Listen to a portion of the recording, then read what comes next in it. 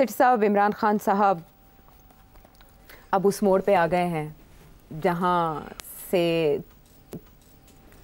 अब पता नहीं चल रहा कि वो डील से आए हैं या बगैर डील के आए हैं, लेकिन सभी सोच रहे हैं कि इमरान खान साहब क्या करने जा रहे हैं और वो जो नवाज शरीफ साहब पहले कर चुके हैं फिर उस पर उन्हें ब्लेम करना गलत होगा। शराइत के साथ इमरान खान साहब ने जो फ़ौज से इस्टेब्लिशमेंट से मुज़ाकरात पर आमादगी ज़ाहिर की है, उसके बाद उन्होंने कहा कि फ़ौज अपना नुमाइंदा मुकर्रर करे, हमारी तरफ से महमूद अचकज़ई साहब होंगे। तो आप बताएं, आपने तो पिछले एपिसोड में बाकायदा इस बात की तस्दीक कर दी थी कि ऐसा कोई सिलसिला चल रहा है, तो ये सिलसिला कामयाब भी होगा? जी, मैंने ये दो बातें कही थी। मैंने कहा था कि सिलसिला कोई एक सिलसिला शुरू हुआ है, मगर मैंने साथ उसको क्वालिफाई कर दिया था और मैंने कहा था आर्म्स लेंथ से हुआ, बराह रास्त नहीं है, ताकि डिनाई हो सके, ताकि फ़ौज के तरफ से ये डिनाइल हो कि हम तो बात नहीं कर रहे या गवर्नमेंट की तरफ से हम नहीं बात कर रहे। तो इसलिए किसी का उन्होंने आर्म्स लेंथ किया है, किसी जनरल वेनरल नहीं कोई गया मिलने, कोई फ़ौजी नहीं गया मिलने, ना इस किस्म की कोई बात हुई है। इसीलिए खान साहब आप कह रहे हैं कि नॉमिनेट करें किसी को, ठीक। अब बात यह है कि कोई नॉमिनेशन नहीं होगी। अच्छा, नॉमिनेशन कैसे हो सकती है, आप मुझे बताओ तो। अब यही होगा कि कोई बंदा उठेगा और वो कहेगा मैं इमरान खान को मिलने जा रहा हूँ, ठीक, और सारा मीडिया कहेगा कि ये नॉमिनेट हो गया है। अच्छा, मगर एस्टैब्लिशमेंट की तरफ से कोई बात नहीं होगी, टाइट अपर लिप, कोई बात नहीं होगी। सवाल ही पैदा नहीं होता कि एस्टैब्लिशमेंट ये कहे कि हम बातचीत शुरू कर दी हमने इमरान के साथ। अलबत्ता जो मीडिया के ज़रिए बातें लीक होंगी एस्टैब्लिशमेंट की तरफ से, वो ये होंगी कि गवर्नमेंट भेजे, किसी को भेजना है तो ये गवर्नमेंट ने बात करनी है कर ले, हम तो हमारा क्या तल्लुक है, हमारा तो कोई बस नहीं बनते कॉन्स्टिट्यूशनली कि हम किसी से बात करें, किसी प्रिजनर से बात करें जिसको हमने ऑन ट्रीजन के लिए गवर्नमेंट ने पकड़ा हुआ है। अच्छा। तो गवर्नमेंट भेज सकती है किसी को, और गवर्नमेंट की तरफ से तो ऑलरेडी ऑफर आ चुकी है जी, आ चुकी है ना कि जी हम तैयार हैं। मुसद्दक मलिक ने भी कहा है, शहबाज शरीफ ने भी कहा है, हाँ। सब ने कहा हम तैयार हैं बात करने के लिए, आओ। और वो कहता है मैंने आपसे बात नहीं करनी। तो ये यकीनी तौर पे गवर्नमेंट की तरफ से कोई बंदा जा सकता है बात करने के लिए। अब क्या खान साहब उसको तस्लीम करेंगे या नहीं करेंगे, एक दफ़ा तो कह चुके हैं ना मैंने गवर्नमेंट से बात नहीं करनी। मगर मैं आज ये पेशन गोई कर रहा हूँ कि फ़ौज की तरफ से ऑफिशियली कोई बंदा नहीं जाएगा खान साहब के साथ बात करने के लिए।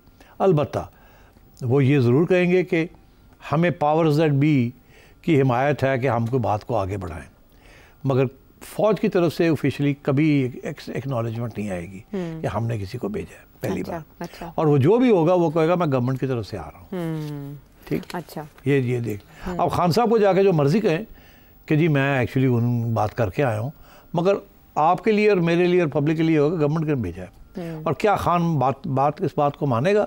खान तो ये चाहता है कि ये तस्लीम किया जाए कि फ़ौज की तरफ से मुझे को मिलने हैं। उसका तो केस बन जाता है ना, बन जाता है। जिस दिन फ़ौज ने उससे बात करनी शुरू कर दी, हाँ। उस दिन सारे केसेस खत्म। लेकिन अभी तो बन रहे हैं ना, अभी तो बन रहे हैं। तो इसलिए कोई चांस नहीं है कि खान साहब का ये डिमांड कि फ़ौज की तरफ से कोई उनको मिलने जाए और बात आगे बढ़ाए, नंबर एक। ठीक है। नंबर दो, वो जो ये कह रहे हैं कि जी हमारे सियासी प्रिजनर्स को छोड़ें आप, ये बिल्कुल हो सकता है। सियासी प्रिजनर्स को छोड़ा जा सकता है एज ए जेस्चर। ओके। जिनके ऊपर संगीन किस्म के इल्ज़ाम हैं उनको नहीं छोड़ेंगे। ये जो आम रोज़ पकड़ के ले जाते हैं ना डेमोन्स्ट्रेशन से या सोशल मीडिया का ये वो उनको छोड़ देंगे एज अ जेस्चर। मगर गवर्नमेंट छोड़ेगी ना जी, फौज तो नहीं होती, गवर्नमेंट के हाथ में है, तो ऑफिशियली तो गवर्नमेंट छोड़ेगी। तो वो एक कॉन्फिडेंस बिल्डिंग मेजर हो सकता है, मगर क्या उसके तबादले में क्या मिलेगा गवर्नमेंट को या एस्टैब्लिशमेंट को? यही है ना कि जी आपने मिलिट्री को अटैक नहीं करना, आपने मिलिट्री के चीफ को नहीं अटैक करना, आपने ये IMF प्रोग्राम को डिरेल नहीं करना, आपने दुनिया के पार्लियामेंट्स और कांग्रेसेस में जाके पाकिस्तान की बेइज्जती नहीं करनी और नेशनल सिक्योरिटी को अंडरमाइन नहीं करना। तो उधर से भी लंबी चौड़ी लिस्ट है ना जी जी। मेरा नहीं ख्याल कि इसके साथ कोई बात आगे बढ़ेगी। ये दोनों साइड्स चाह रही हैं कि थोड़ी बहुत स्पेस मिले और थोड़ा सा टेम्परेचर कम हो। दोनों तकलीफ़ में है, मैंने यही कहा था। दोनों चाहते हैं कि थोड़ी तकलीफ़ दूर हो और इसलिए ये बातचीत शुरू हो रही है, मगर ये जाएगी नहीं कहीं भी।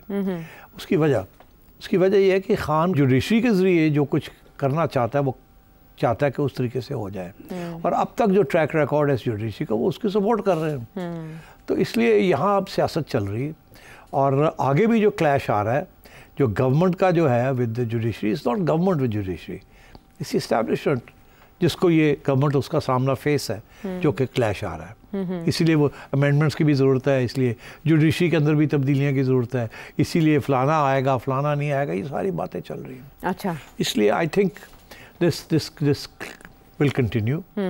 अच्छा, अब ये कंटिन्यू करने का डेंजर बढ़ा है इसमें, इसीलिए दोनों साइड्स कोशिश कर रही हैं कि कोई रास्ते निकलें, मगर रास्ते निकलने बड़े मुश्किल हैं, बिकॉज जो पीछे हटेगा वो दूसरे का केस स्ट्रांग हो जाता है एकदम, तो इसलिए वो शायद नहीं करेंगे।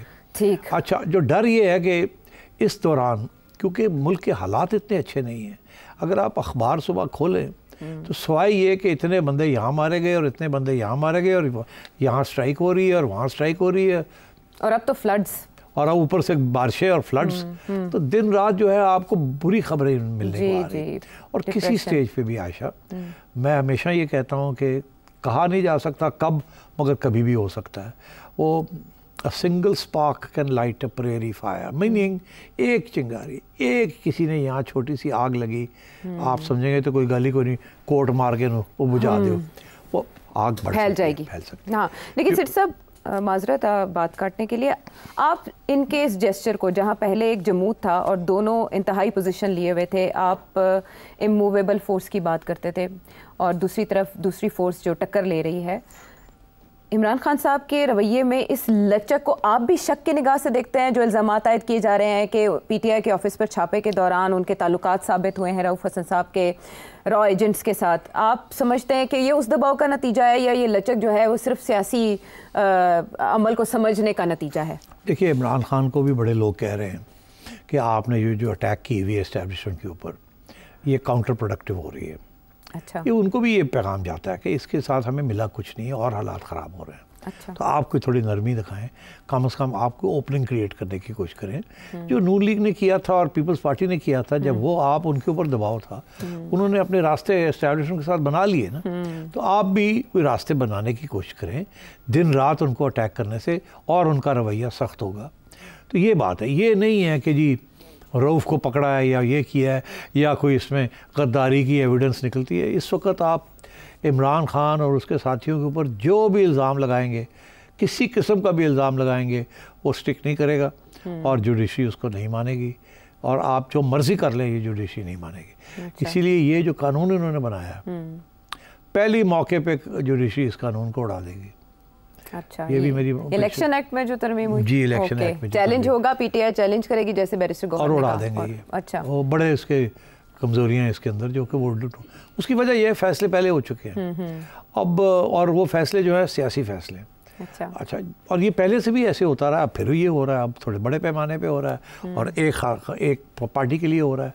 तो इसीलिए मैं ये कहता हूँ ये बहुत बड़ी क्लैश है, और ये क्लैश इस पर गवर्नमेंट का कोई रोल नहीं है, it is establishment versus judiciary, और ये कहाँ जाके रुकेगी ये बड़ा मुश्किल है ये कहना, मगर इसके साथ बहुत कुछ हो सकता है, बड़ी ख़तरनाक सी चीज़ें हो सकती हैं। जैसे आप बार बार मेंशन करते हैं this is judiciary versus establishment, लेकिन इस एक्ट के बाद, इस तरमीम के बाद तो ऐसे लग रहा है कि गवर्नमेंट बाकी क्राइसिस छोड़ के अदलिया को बुल की तरह, बुल फाइट है उसकी तरह अदलिया से टक्कर लेना चाह रही है। वाई सो? नहीं, अदलिया से टक्कर नहीं लेना चाह रही। Then?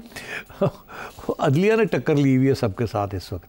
अब बात यह है कि नॉर्मल रूटीन में तो ये मामले जो हैं वो ऑन मेरिट, अच्छा, और आम तौर पे हमारी तारीख में जो फैसले हुए हैं वो टेक्स्ट के ऊपर होते हैं, रिटन वर्ड के ऊपर होते हैं, उसके ऊपर हेरा फेरी होती है। अच्छा, यहाँ तो उसके ऊपर भी नहीं हो रही, यहाँ तो बहुत कुछ हो रहा है।